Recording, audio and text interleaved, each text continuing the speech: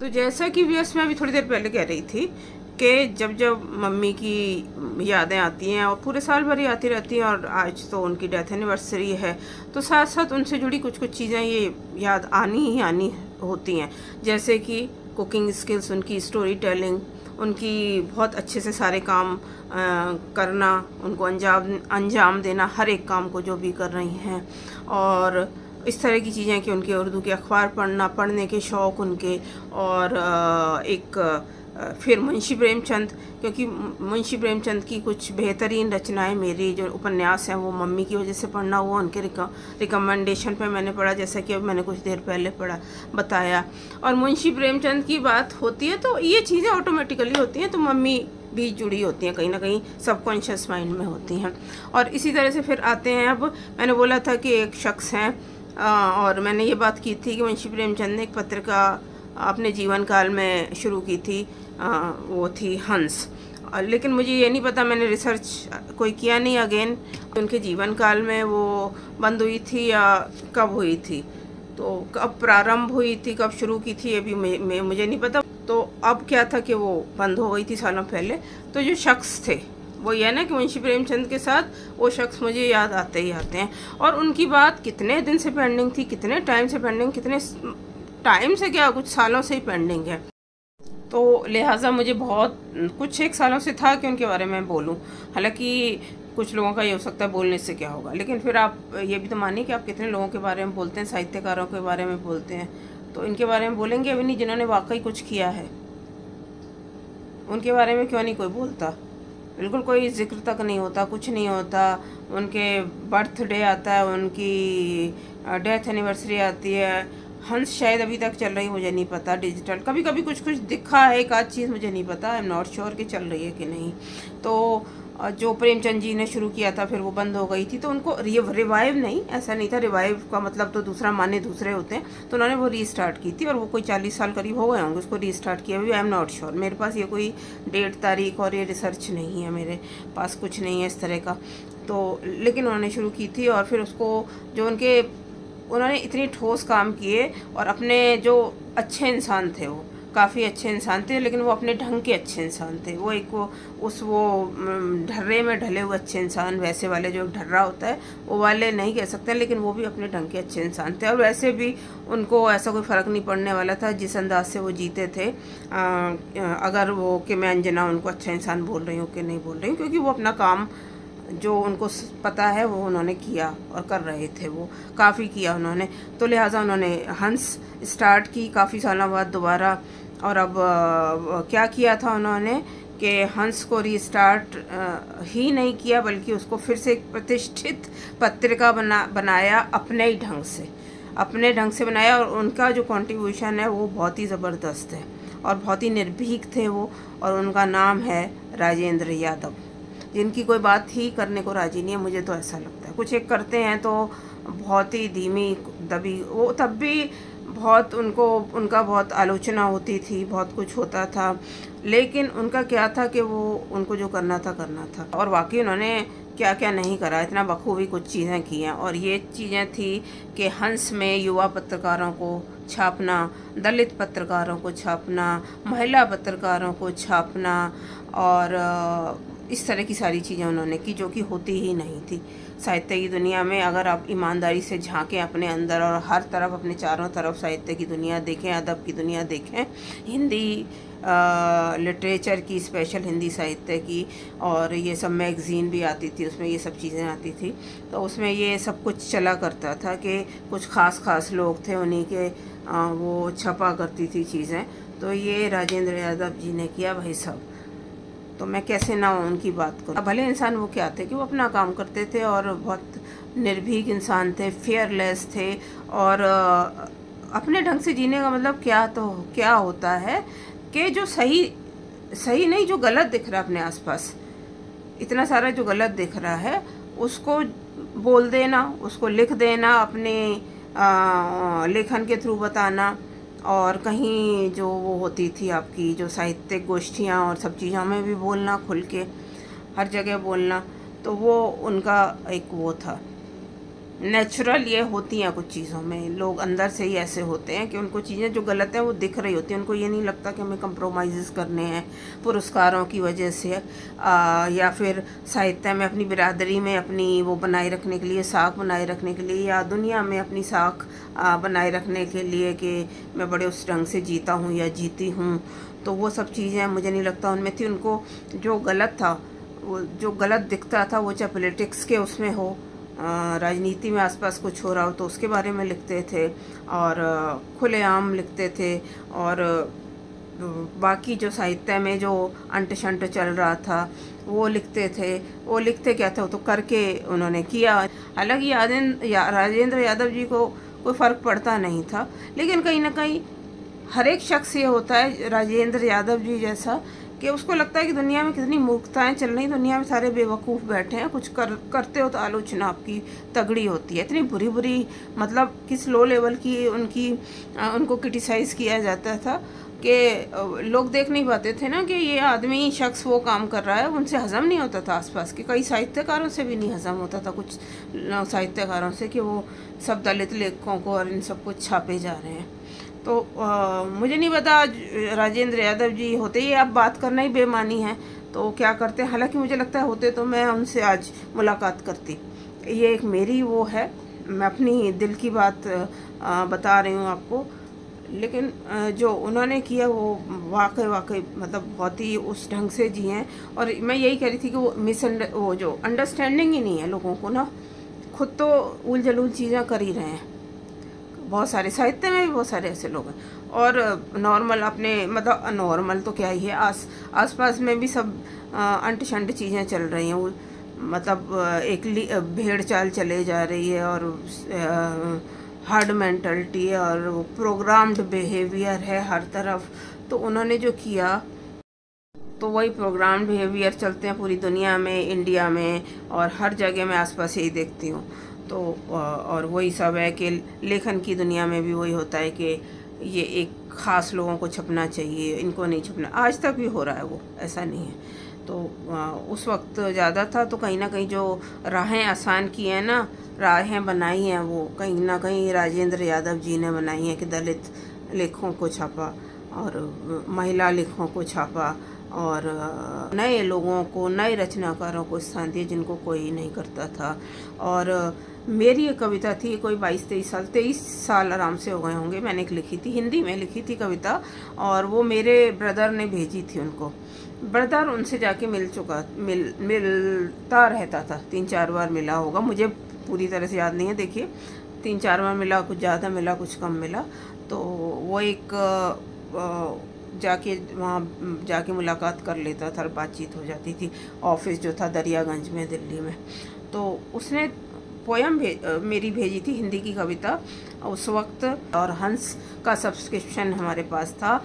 Brother की कुछ रचनाएं, अलग अलग गज़ल और ये सब छपी हुई थी, और व्यंग भी छपे थे टाइम टू टाइम। उसने मेरी एक हिंदी की कविता उनको भेजी थी छपने के लिए, तो वो उन्होंने नहीं छापी थी।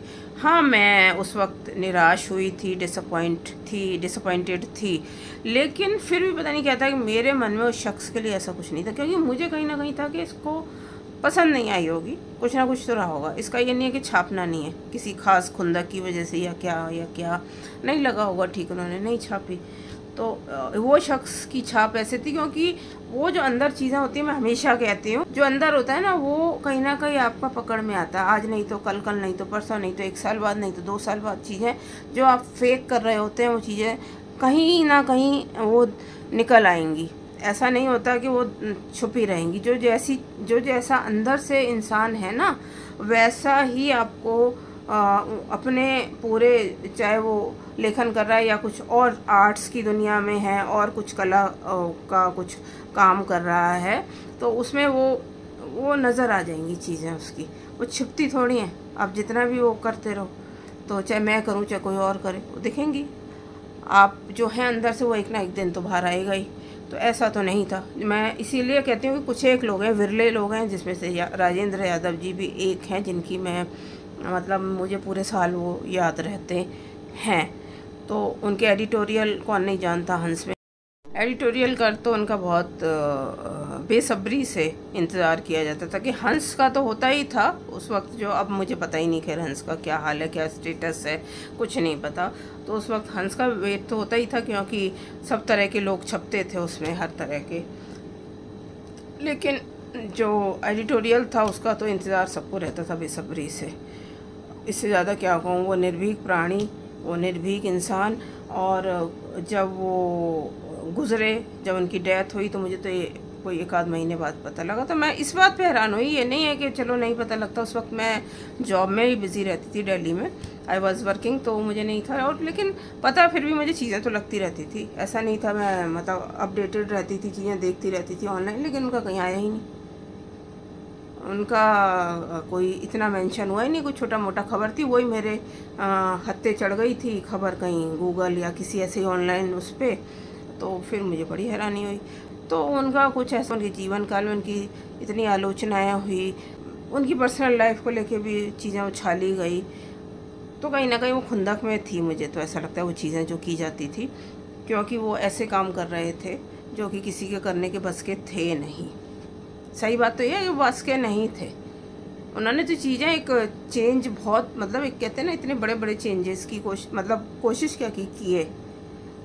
तो ऐसा शख्स मानती हूँ कि अकेला तो होता है, वो अदा किया उसका, उसकी सज़ा पाई और बहुत सारा भुगतान किया बेवजह, कुछ उसका बनता नहीं था। लेकिन ऐसे सब लोगों को, कुछ एक जो भी ऐसे होते हैं, जब होते हैं, तो ये सब इस सोसाइटी का, हमारे समाज का एक मतलब बहुत ही क्या कहें ऐसा। तो उन्होंने तो जो किया सो किया, उनको तो जो करना था उन्होंने अपने ईमानदारी से जीवन जिया, राजेंद्र यादव जी ने।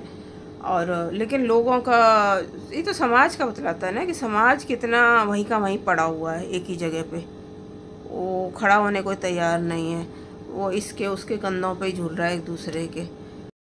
समाज जो है कुछ इधर उधर, चाहे वो उसमें सब हैं, लेखक भी हैं उसमें, हम जैसे लोग भी हैं, पाठक भी हैं, और बहुत सारे लोग हैं, आर्टिस्ट हैं, आर्ट, तो ये सब लोग जो हैं, तो ये तो हमारी चीज़ें दिखलाता है कि हम किस हद तक नीचे गिरे हुए हैं। कि जो लोग समाज को बदलने की पूरी चेष्टा कर रहे हैं और बदल रहे हैं सामने सामने, तो साथ देने की बजाय आप उनको ये सब कर रहे हैं। तो खैर, मेरे लिए तो राजेंद्र यादव जी का कद बहुत ऊंचा है। और वैसे भी राजेंद्र यादव जी को इस चीज़ से फ़र्क भी नहीं पड़ता था। हाँ, ऐसे शख्स अकेले होते हैं, अकेले पड़ जाते हैं, तो उनकी लिहाजा ना तो वो गए तो कोई ज़्यादा बात हुई। अब उनका जो बर्थडे आ रहा है, सालगिरह आ रही है, सब वो आ रही है, कोई बात ही नहीं होती। सारे जो लोग हैं वो बाकी सारे लोगों की बात करते हैं, लेकिन राजेंद्र यादव जी की बात करके कोई राजी नहीं है। मतलब किसी को याद ही नहीं आते, इतना सब कर गए हैं। तो कभी कभी मुझे लगता है कि कैसा दुनिया है, कैसे ही लोग हैं भाई। फिर लगता है कि ठीक है ना,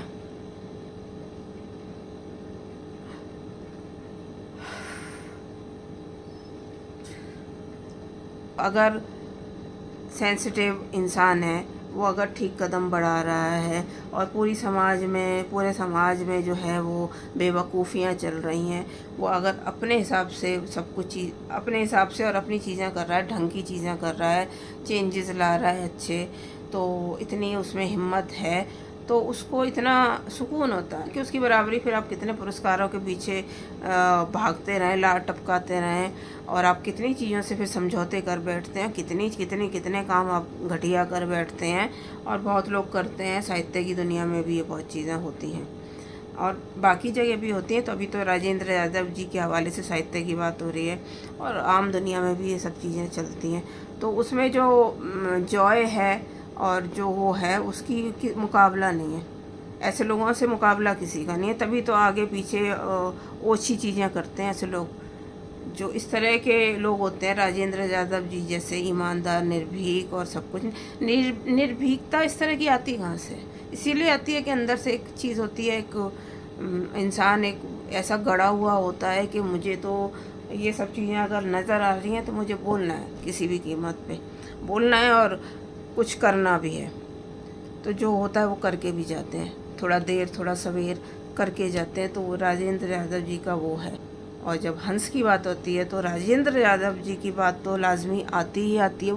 तो साल भर ये चीज़ें मेरे अंदर ये लोग बने रहते हैं। बात करूँ ना करूँ, आज तो खैर मैं कर ही रही हूँ, और मैं उतना नहीं बात कर पा रही हूँ जितना मैं चाह रही थी राजेंद्र, क्योंकि मैंने फिर अगेन कोई स्क्रिप्ट नहीं लिखी है। तो स्क्रिप्ट लिख के मैं, ऐसा नहीं कि स्क्रिप्ट लिख के मैं उनके बहुत वैसे साहित्यिक उसमें भाषा में और अच्छी वैसे बात करती, अच्छी भाषा बना के या कुछ, बाद में यही करती, लेकिन कुछ एक बातें और थी जो मुझे लग रहा था कि मैं उसको कवर नहीं कर पाई अभी। मैं यही कहती हूँ कि जीते जी तो आप मरे हुए ना दिखे ना, मर तो जब जाते हैं तो जाते हैं ना। और आधे से ज़्यादा जो समाज है यहाँ पे, आधे से ज़्यादा जो समाज है वो ऐसे ही जी रहा है कि मरा हुआ जीवन जी रहा है। और फिर जो मैं एक और शख्स की बात करना चाह रही हूँ, ये भी काफ़ी टाइम से इनका पेंडिंग है। तो ये शख्स हैं रफ़ी साहब, मोहम्मद रफ़ी, मौसीकी की दुनिया से, संगीत की दुनिया से। तो इनको अगर हम मदर के साथ साथ अगर याद करते हैं तो वो यूँ करते हैं कि मदर को भी म्यूज़िक काफ़ी पसंद था, सब तरह का पसंद था। तो रफ़ी साहब से उनका जुड़ाव इसलिए थोड़ा उनको महसूस होता था क्योंकि मेरे मामा, उनके ब्रदर, मेरी मदर के जो भाई थे, वो बहुत अच्छे गाने गाया करते थे रफ़ी साहब के। वो कोई ट्रेंड सिंगर नहीं थे मेरे मामा, लेकिन वो बहुत अच्छे गाते थे। तो एक कनेक्ट उनका रफ़ी साहब से ये था मदर का, और म्यूज़िक उनको भी पसंद था मदर को। और कुछ एक गाने जो थे रफ़ी साहब के, ओ दुनिया के रखवाले, और मुझे अब ऐसे ही 2-4 गाने उनको बहुत ही पसंद थे। रफ़ी साहब तो जो प्यारे शख्स हैं, मैं क्या बात करूं। उनकी दरिया दिली की, जनरस हार्टेडनेस की कितनी बातें होती हैं। वही बात है कि ऐसे ही नहीं होती हैं जो आज तक हो रही हैं। वो अगर कोई आदमी फेक करता है, कुछ करता है, तो वो सामने आ जाती हैं। और रफ़ी साहब के तो जो गायन की उनकी जो कला थी, वो सबको पता है कितना मतलब अच्छा था। और 7+ वो जो उनका एक पर्सोना था, पर्सोना ये नहीं था कि कोई बिल्ड किया गया था, वो खुद ऐसे ही इंसान थे जेन्युइनली। तो वो सब मिलके उनमें कितना कुछ एडअप कर देता है एज ए शख्सियत। इंसान जो वो थे, कमाल के इंसान थे। उनके कुछ गाने, हालांकि ऑनेस्टली अब मैं बहुत बॉलीवुड के गाने नहीं सुनती हूँ, बहुत सुने हैं, मतलब जैसे कई लोग होते हैं म्यूज़िक बफ कहें या बहुत ज़्यादा म्यूज़िक में दिलचस्पी रखने वाले, उनमें मैं भी रही हूँ। तो वो मैं अगर कहूँ तो रफ़ी साहब के जाने का सदमा मुझे आज भी है। वो इतना प्यारा शख्स था, वो इंसान इतना प्यारा था, और जो गाने उसने गाए हैं, मुझे उनसे पर्सनली कनेक्शन पता नहीं फ़ील होता है, कुछ अच्छा सा फील होता है। मतलब मैं उसको कुछ एक्सप्लेन, कुछ डिस्क्राइब कुछ कर ही नहीं पा रही हूँ। ऐसे ही होता है ऐसे लोगों के बारे में, मुझे ऐसा लगता है। तो जब वो गए थे 1980 में, तो मैं ट्रांजिस्टर मेरे पास हुआ करता था, व्यूअर्स, तो उस वक्त ट्रांजिस्टर ही हुआ करते थे, इतना बड़ा सा होता था ट्रांजिस्टर। तो मैं, ये सुबह न्यूज़ आई थी मॉर्निंग में, कोई 7-8 बजे जो न्यूज़ आती थी आकाशवाणी पे, मेरे पास ऐसे बिस्तर पे ट्रांजिस्टर पड़ा था, और मैंने खोला, जैसे कि मैं सुबह उठते ही रात देर तक सब कुछ गाने और म्यूज़िक सुनना, और फिर सुबह उठते ही चला लेना। तो जैसे ही मैंने ट्रांजिस्टर खोला और उसमें न्यूज़ आनी शुरू हुई, तो उसमें बताया कि रफ़ी साहब नहीं रहे। तो मुझे याद है कि मैं ऐसे जैसे लेटे होते हैं वैसे लेटी थी, ऐसे पीठ के बल, तो मैं यूँ करके आधी उठ के बैठ गई। और वो जो है शौक़ मुझे आज तक है, क्या करूँ, नहीं जाता वो। तो अब क्या था कि पहले ये सब कुछ होता नहीं था, यूट्यूब, सोशल मीडिया वगैरह वगैरह कुछ भी था ही नहीं, जाहिर है। तो कितने साल मैं, जब उनकी ये डेथ एनिवर्सरी आती थी 31 जुलाई, तो मैं उनको ऐसे ट्रिब्यूट देती थी कि मैं पूरा, मुझे शौक़ भी बहुत था म्यूज़िक का, तो पूरे दिन उनके गाने भी बजते थे हर रेडियो स्टेशन पे। मेरा पूरा दिन वो ऐसे ट्रिब्यूट देना होता था, मैं पूरा दिन सुनती थी उनके गाने, बहुत ही मन से मैं उनके गाने सुना करती थी। और अब मैंने कुछ दिन से थोड़ा बहुत ये है कि 31 जुलाई आता है, तो उनको याद क्या, वो भी साल भर याद रहते। तो ये सब लोग हैं, मदर, राजेंद्र यादव जी और रफ़ी साहब। ये पूरे साल भर याद रहते हैं, जेन्युइनली ये सब याद रहते हैं। तो ये 3-4 लोग तो मेरे दिमाग में पूरा साल भर बने रहते हैं, हमेशा ही बने रहते हैं। Even my father. इसके अलावा कुछ और लोग भी हैं, तो फिर कभी बात करेंगे उनकी। तो इस वीडियो को फ़िलहाल मैं यहीं समाप्त करती हूँ व्यूअर्स। Thanks for watching.